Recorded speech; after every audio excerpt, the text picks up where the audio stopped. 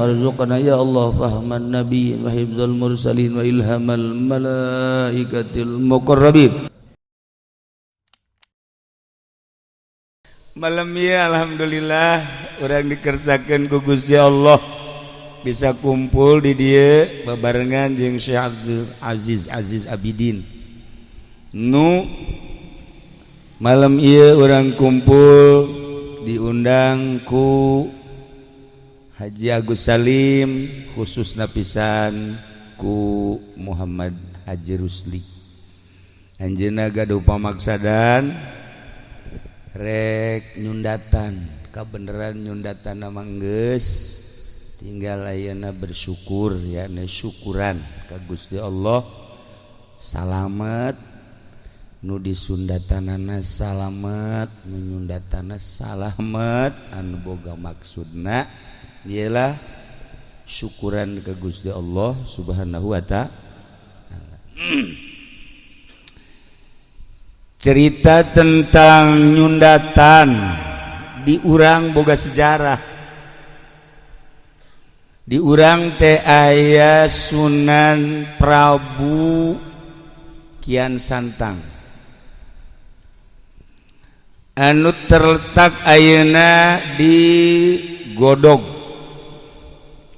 Gunung Suci, Garut. Nu kabeneran simkuring bada haul kamari teh ieu rek ziarah ka Godog.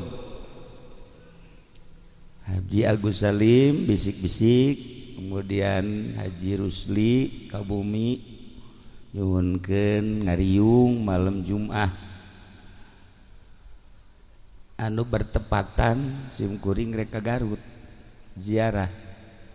Ya alhamdulillah nu tadi nama berangkat teh tadi teh isuk-isuk pending, jadi ayeuna berangkat tadi gitu dong jam 2 atau setengah 3, terus acara ngariung kayak dilanjut isuk ka Garut rek ziarah. Di urang aya Prabu Kian Santang, putra daripada Prabu Siliwangi, putra daripada Prabu Kitu Satwu Kencana, putra daripada Pajajaran. Jadi ti kerajaan Pajajaran. Dek nanya kamu Haji Pendi, ai kerajaan Pajajaran letakna di daerah mana? Bandung. Tuh kan? Tama pasar Pajajaran. Ya Allah. Numantak ulah disangkanya na diajak ku Haji Agus, Haji sarua pinter atuh teu. Diajak mah diajak bae. Jeung lain teu dibere nyaho. Isuk-isuk dibere nyaho lohor geus eueuh. Magrib dibere nyaho atuh jam 12 geus eueuh. Eta ilmu bisa kitu ilmu. Lah iyalah para jamaah kaum muslimin wal muslimat rahimakumullah. Singkatna bae mah tahun 1315 Masehi diangkat Prabu Kian Santang jadi panglima perang. Kulantaran nyana diangkat jadi panglima, nyana neangan musuh.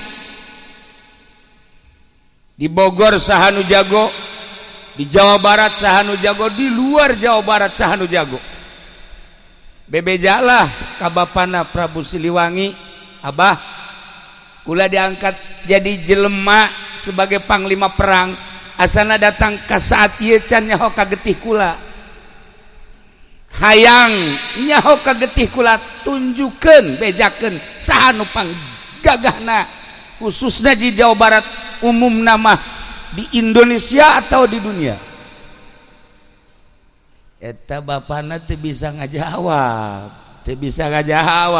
cak bapana eueuh deui nu panggagahna nu mantak anjeun diangkat jadi panglima teh saat ieu mah anjeun nu panggagahna eueuh deui perang jeung saha bage moal anu mahi ka anjeun mah keur ngobrol kitu jol aya aki-aki cak aki-aki teh ya ulah kitu sebab dunia lain Indonesia doang kerajaan lain di Indonesia hungkul bisi hayang nyaho nu gagasat ieu panggagahna sadunya eta ayana di Mekah ngaranna sahaki ngaranna Sayyidina Ali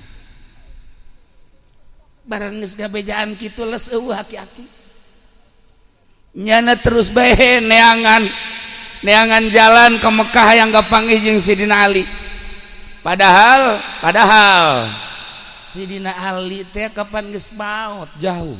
Iyalah kehebatan Sayyidina Ali karramallahu wajhah di alam barzah nyana mah bisa muncul nyana neangan jalan kumaha carana hayang ka Mekah dipapatkeun ilmuna eta mah sarua ilmu eta mah sebab nyana can Islam jeung ilmu du dicekel ku Haji Pendi nah eta babacaan ge boro-boro urang jin ge teu ngartieun eta hebat Haji Pendi nu mantek nyana kukula dianggap bisa bahasa eta bahasa jin nyana ge termasuk min jumlatihi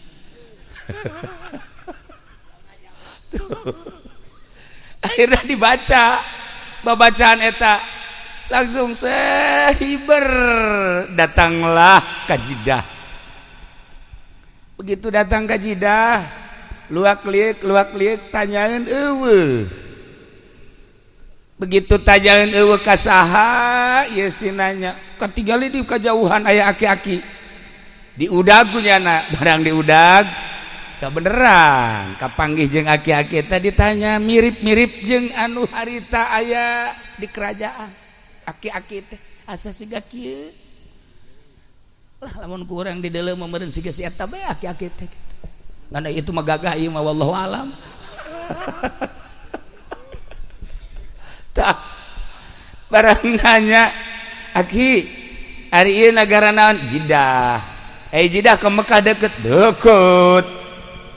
Oke, cak aki emang aya naon kula hayang kapanggih jeung ngaran Sayyidina Ali bejana pangjagona bener cek ada bisa mun hayang kapanggih lain bisa deui hayu dianter nah lamun aki daek dianter kula bunga luar biasa ya anter hayu dianter lempang sekitar 50 meter cek si aki aduh hampura jang tungked aki tadi tuh diurut ngobrol orang tinggalin coba pang mawahkeun ka dieu pang mawahkeun cepet lompat langsung aya tungkedna di dinya cabut dicabut teas sakali teas dua kali teas tilu kali teas keneh bae sia tungked aya bae ngahesekeun ka aing dipapatkeun ku nyana bahasa cuas-cuasna nu tadi teh begitu dipapatkeun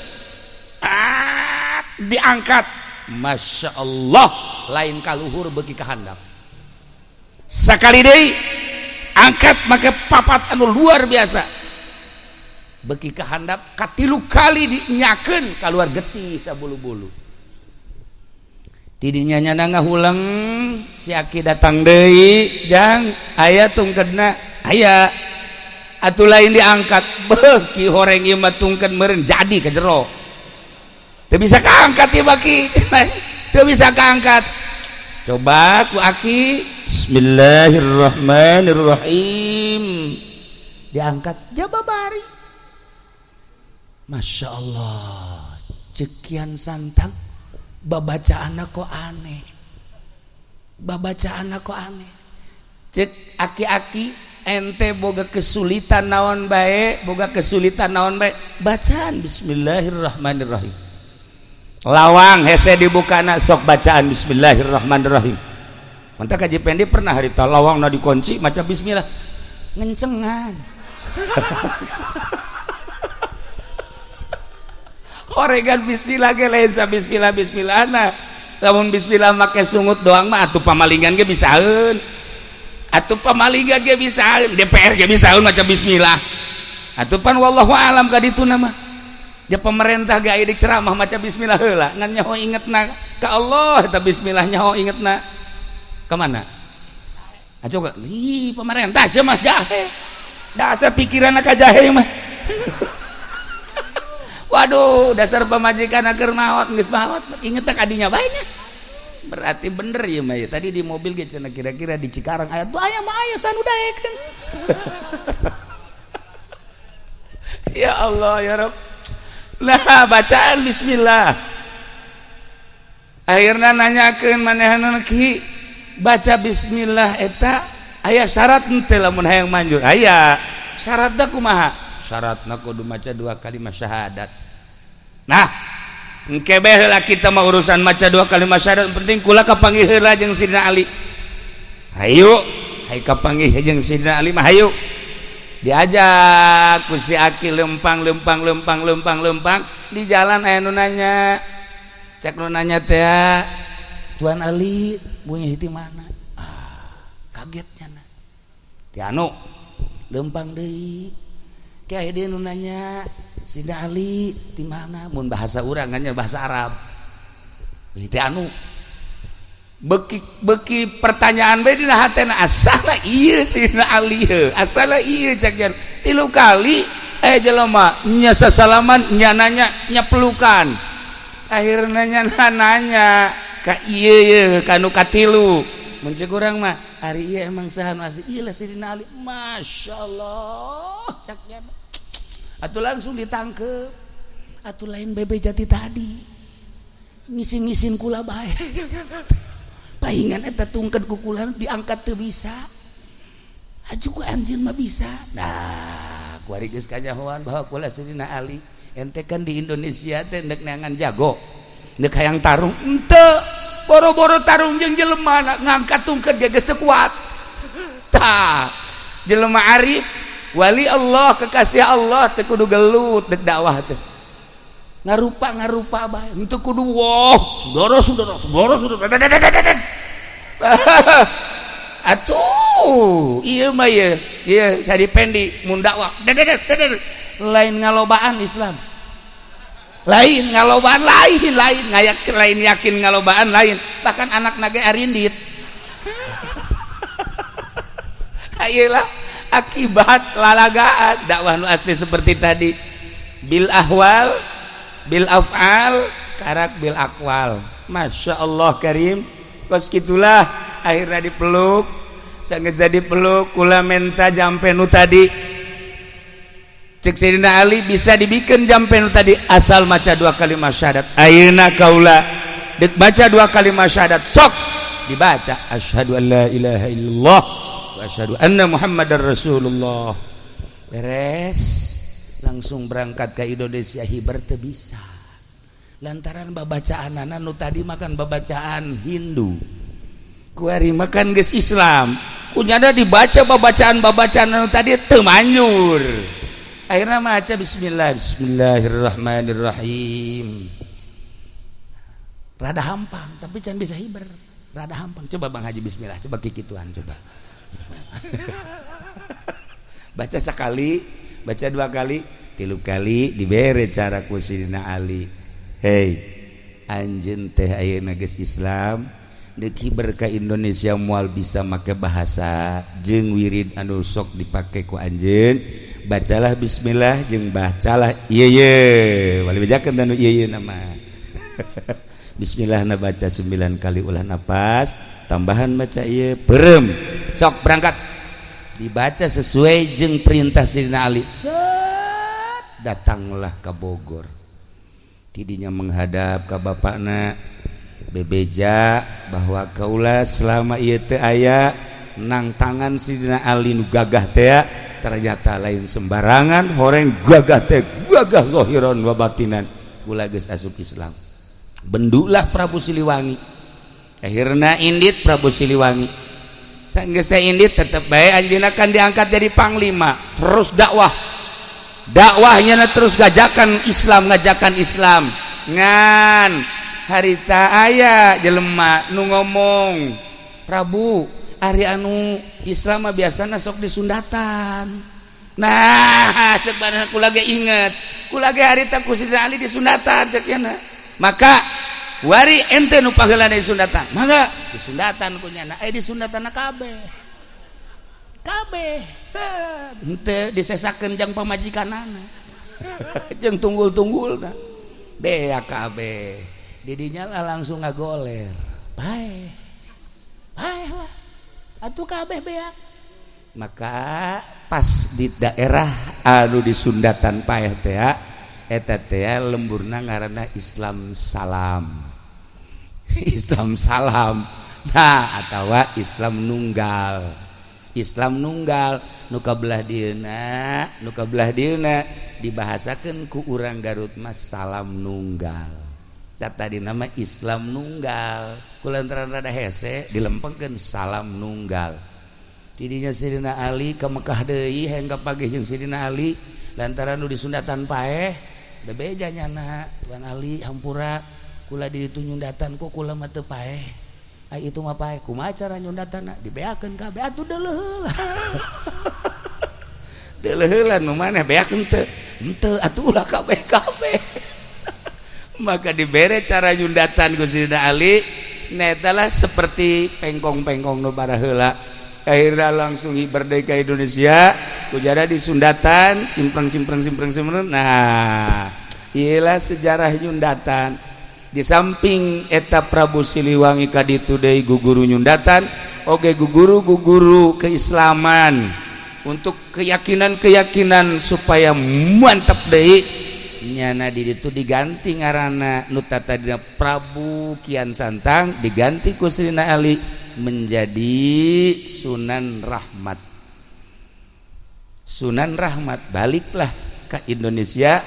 Begitu balik ke Indonesia manehanana terus dakwah nyundatan terus manehanana bebeja ka bapana Prabu Siliwangi diajak Islam tetap daek sekali dua kali tilu kali ketika Sunan Rahmat keluar dakwah Prabu Siliwangi manehanana dengan bahasa manehanana meminta kakaruhuna supaya ieu kerajaan dirobah menjadi hutan. Maka seketika etalah ku embung-embungna asup Islam Raja Pajajaran dirubah sakicep menjadi hutan. Konon anu kuari terkenal hutan tersebut adalah nu aya di Bogor ngaranna naon kada Haji Pendi nu di Bogor teh nu sok kaditu kadaritu jelema leuweung teh leuweung naon lain yaya na tuh ceput naon wah ya nu di Bogor nu sok rame masyaallah teh si kanya jasanya naon aya jauh di bejaan etalah para jamaah kaum muslimin wal muslimat rahimakumullah. Akhirnya balik Sunan Rahmat ka kerajaan berubah menjadi hutan nyana mohon ka Gusti Allah supaya bapakna muncul barang muncul berubah menjadi maung. Nah iyalah nyana dumadeheus ka Gusti Allah ya Rabb ieu teh maung lain samaung-maung nah ieu teh abah kula coba supaya bisakeun ngomong ku Gusti Allah maung dibisakeun ngomong. Akhirna walaupun wujud maung diajakan ku Kian Santang nu geus berubah menjadi Sunan Rahmat supaya maca 2 kalimat syahadat. Tidinya nyana tetap godeg diudag ditepak ku Sunan Rahmat lompat begitu lompat terus diudag lompatlah ke Garut ka Guha Sancang. Maka cicinglah didinya lantaran aya alamat cek alamatna ulah diudagkeun antep anjeun bapak-bapak di mana-mana anjeun hayang kapanggih jeung bapak coba anjeun datang jeung keturunan anjeun datanglah ka Sancang. Maka kuari masih sangar keneh mun hayang kapanggih jeung mau datang ka Garut ka Guha Sancang atau leuweung Sancang. ngan ai hese-hese teuing mah atuh jasi eta ge rupana kadang maung ieu. Kadang-kadang maung nya ge sarua bae. Nah, ieu mah maung tutul beureun nya. Itulah para jamaah kaum muslimin wal muslimat rahimakumullah.